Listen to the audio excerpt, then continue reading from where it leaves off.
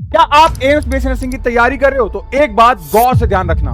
क्या AIIMS BSc nursing में competition पहले से ज्यादा टफ होने वाला है या फिर यही एग्जाम आपके लिए सही स्ट्रेटजी के साथ और आसान हो सकता है?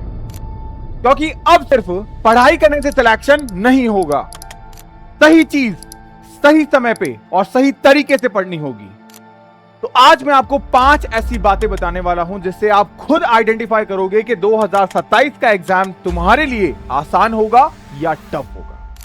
एम्स का एग्जाम 2027 के स्टूडेंट्स के लिए सबसे बड़ा इशू है टफ और इजी।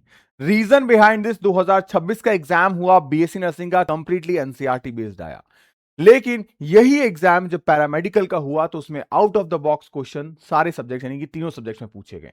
डिफरेंस क्या है और इस तरीके की हर चीज जो आपको डाउट क्रिएट करती है वो सारी चीजें आप मेरे से डिस्कस कर सकते हो इस नंबर पे 8619850532 नंबर पे कॉल करिए, आप डिस्कस कर सकते हैं। इसके अलावा फ्री कंटेंट में आपको हमारे टेलीग्राम चैनल पे और व्हाट्सएप पे प्रोवाइड करवाता हूं, लिंक इन दोनों का ही डिस्क्रिप्शन बॉक्स में आप ज्वाइन कर सकते हैं। नंबर 1 पॉइंट पे अगर मैं आऊं सबसे पहले तो नंबर 1 पॉइंट हमारे पास में कंपटीशन। एक छोटा सा फिगर में डिस्कस करता हूं आपके साथ।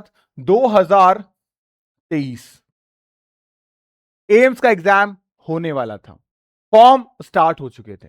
अगर नंबर ऑफ फॉर्म्स की मैं बात करूं तो ये फॉर्म भरे थे लगभग 52,000 फॉर्म।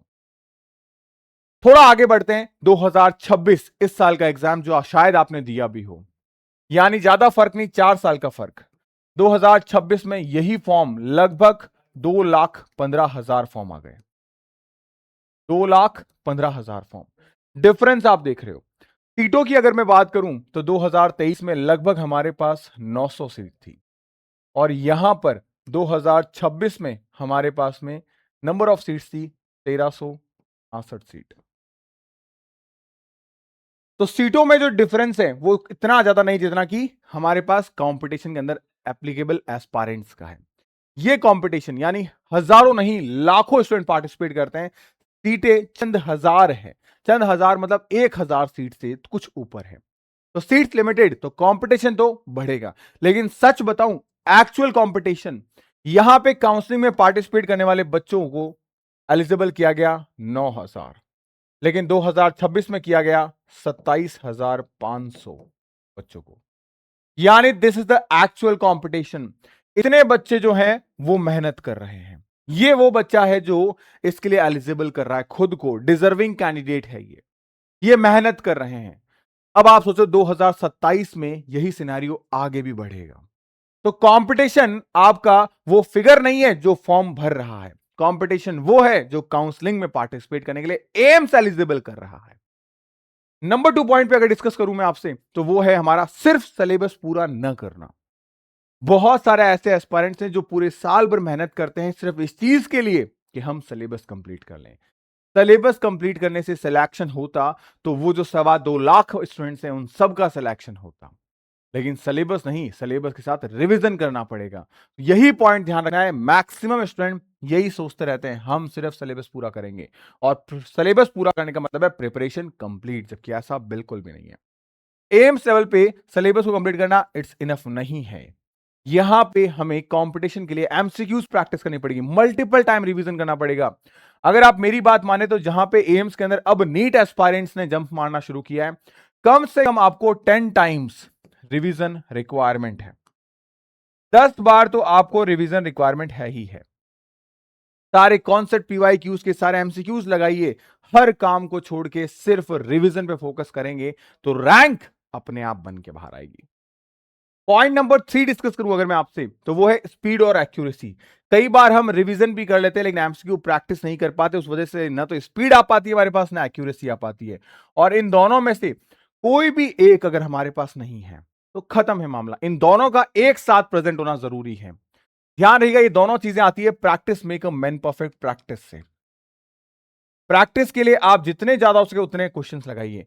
मैंने अपने प्रीवियस वीडियो में आपके साथ डिस्कस किया था कि लगभग अगर आपको सिलेक्शन चाहिए, पिछले 10 सालों से मैं पढ़ा रहा हूं, तो एक एवरेज बच्चे को 16,400 एमसीक्यूज को लगाना है। ये 16,400 एमसीक्यूज अगर आप लगा के जाते हो तो आप ये श्योर हो कि आपको एम्स मिल जाएगा। अब आप इसको जितनी बार रिपीट करेंगे उतना बेहतर एम्स आपको मिलेगा।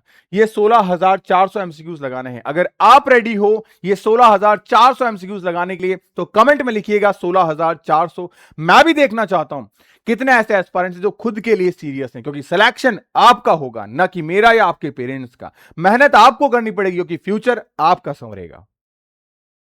नेक्स्ट पॉइंट अगर डिस्कस करूं मैं आपके साथ तो वो है बाकी स्टूडेंट्स क्या कर रहे हैं ये देखना। सबसे इंपॉर्टेंट चीज है हम हमारे आसपास के सराउंडिंग में एक हेल्दी कंपटीशन क्रिएट ही नहीं कर पा रहे।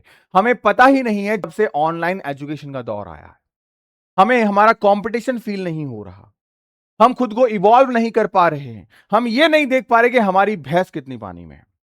सबसे सिंपल सी बात करूं, आप प्रिपरेशन में अकेले डिसाइड नहीं होता कि आप सेलेक्ट हो रहे हो नहीं हो रहे हो।